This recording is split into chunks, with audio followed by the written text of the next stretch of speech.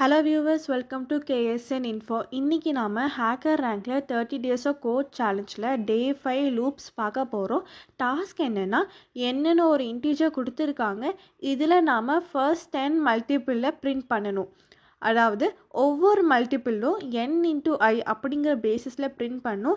இதில் I வந்து 1 to 10 ரேஞ்சில் வந்து இருக்கணும். அப்போது ரிசல்ட் எப்படி இருக்கும்னா n into I அப்படிங்கிற ஃபார்மில் இருக்கணும். இப்போது எக்ஸாம்பிள் பார்த்தீங்கன்னா n வந்து 3ன்னு கொடுத்தோன்னா அதோட அவுட்புட் வந்து 1லேருந்து 10 வரைக்கும் மல்டிபிளில் பிரிண்ட் பண்ணணும்.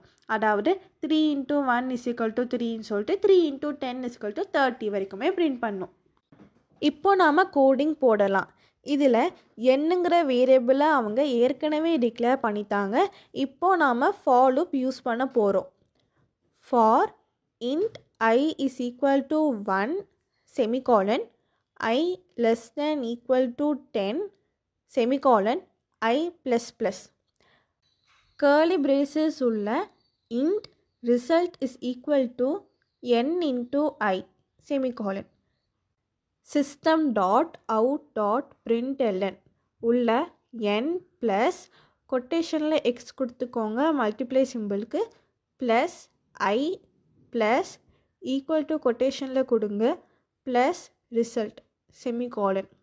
இப்போது இது எல்லாமே நம்ம வந்து கன்கேட்னேட் பண்ணியிருக்கோம், அதனால் ப்ளஸ் சிம்பிள் யூஸ் பண்ணியிருக்கோம். இப்போது கண்டிஷன் ட்ரூவாக இருக்கிற வரைக்கும் லூப்பிங் வந்து ரன் ஆகும். அதாவது ஸ்டார்டிங் வேல்யூ 1லேருந்து எண்டிங் வேல்யூ 10 வரைக்கும் ரன் ஆகும். 11 வந்ததுக்கப்புறம் கண்டிஷன் ஃபால்ஸ் ஆகி எக்ஸிட் ஆகிடும். இப்போது நாம் கோடிங் ரன் பண்ணி பார்க்கலாம். அவுட்புட் வந்துருச்சு. கோடிங்கை சப்மிட் பண்ணலாம். இந்த வீடியோ உங்களுக்கு யூஸ்ஃபுல்லாக இருந்துச்சுன்னா லைக் பண்ணுங்கள், சப்ஸ்கிரைப் பண்ணுங்கள், உங்கள் ஃப்ரெண்ட்ஸ்க்கும் ஷேர் பண்ணுங்கள். தேங்க்ஸ் ஃபார் வாட்சிங்.